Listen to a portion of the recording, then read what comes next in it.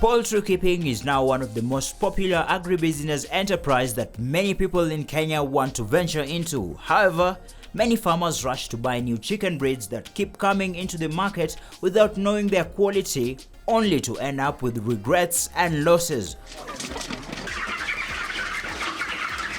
On today's show, we will mainly focus on various poultry breeds and also explore the difference between poultry breeds and the varieties. Chicken is by far the most popular poultry species utilized by Kenyans for both meat and egg production. Breeding for the commercial poultry sector is of late being practiced on a large industry scale, and hatcheries supply both the broilers and layers industry.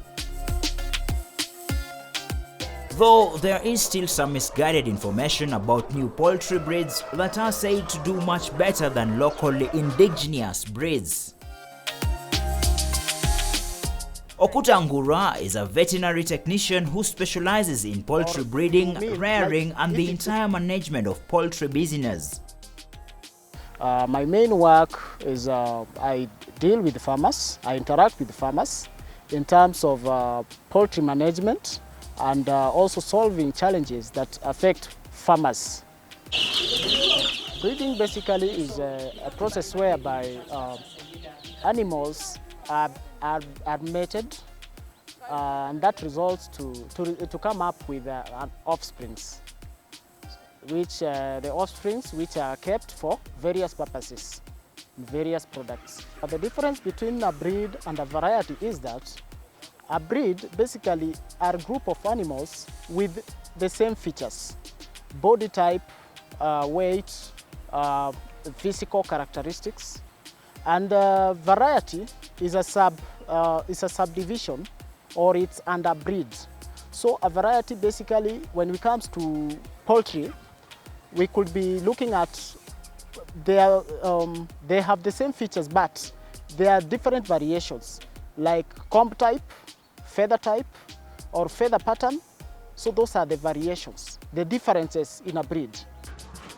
Poultry breeding can be divided into three main areas, which include commercial breeding for egg production or meat production, village or backyard breeding, poultry bred from both eggs and meat on a small scale, and fancy or exhibition breeding, which entails non-commercial production of small poultry breeds by enthusiasts. The physical traits used to distinguish chicken breeds are size, plumage color, comb type, skin color, number of toes, amount of feathering, egg color, and the place of origin.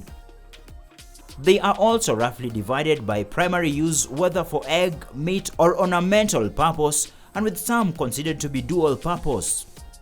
When it comes to breeds of poultry, we have close to 100, but I can just mention a few breeds. 1, we have white leghorn.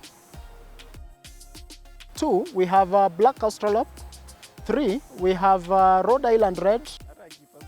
The breeds that we have in poultry: 1, we have breeds that are specifically kept for eggs. We have breeds that are dual purpose, which are kept for both eggs and meat. And we have breeds that are kept for meat. So when we categorize them in terms of eggs, in eggs we have a breed we call white leghorn, which is a high producer. We have another breed that is known as Rhode Island Red for eggs. We have another breed we call black australorp. When we come to breeds that are kept for meat, we have various varieties. We have Cornish. While there is poultry breeds and variety, we also have strains in poultry farming, which is a certain family of birds that are usually bred with a certain emphasis on special characteristics, on specific traits, the color of eggs, body weight or size, and of course, the appearance of the meat and various poultry standards. Strains are normally bred for exhibition purposes or to advertise a certain variety of birds. A strain, it's a variation of a hybrid.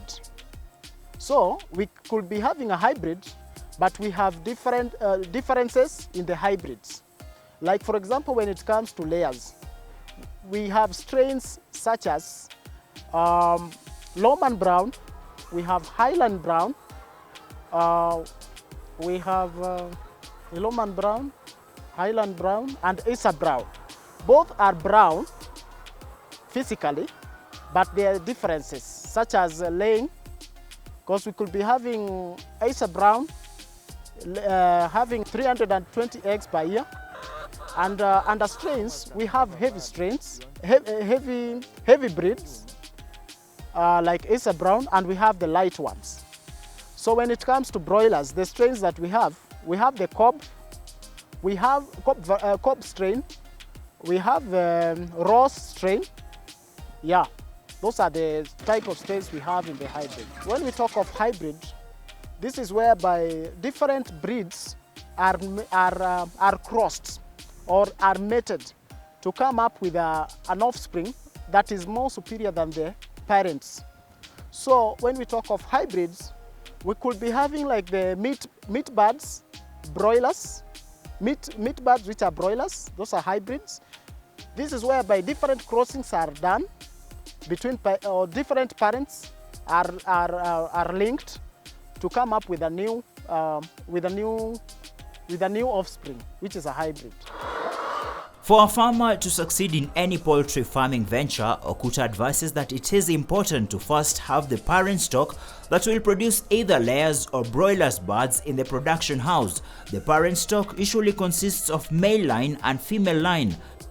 Just like in the human family setup, in poultry birds there is also the grandparent stock breeders that produce the male parents and female parent lines. Mating in poultry basically is male and female come together to breed.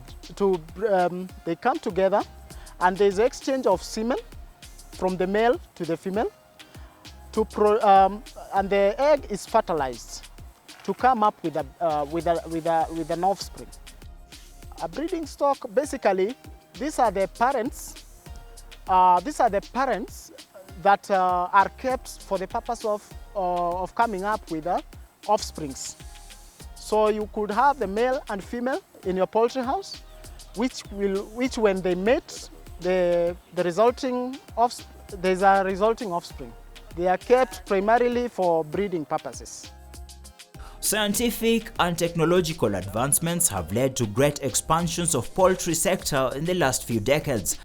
The development of genetically superior stock capable of higher production even under adverse climatic conditions has transformed poultry from rural farming to a fully fledged industry within 30 to 35 years.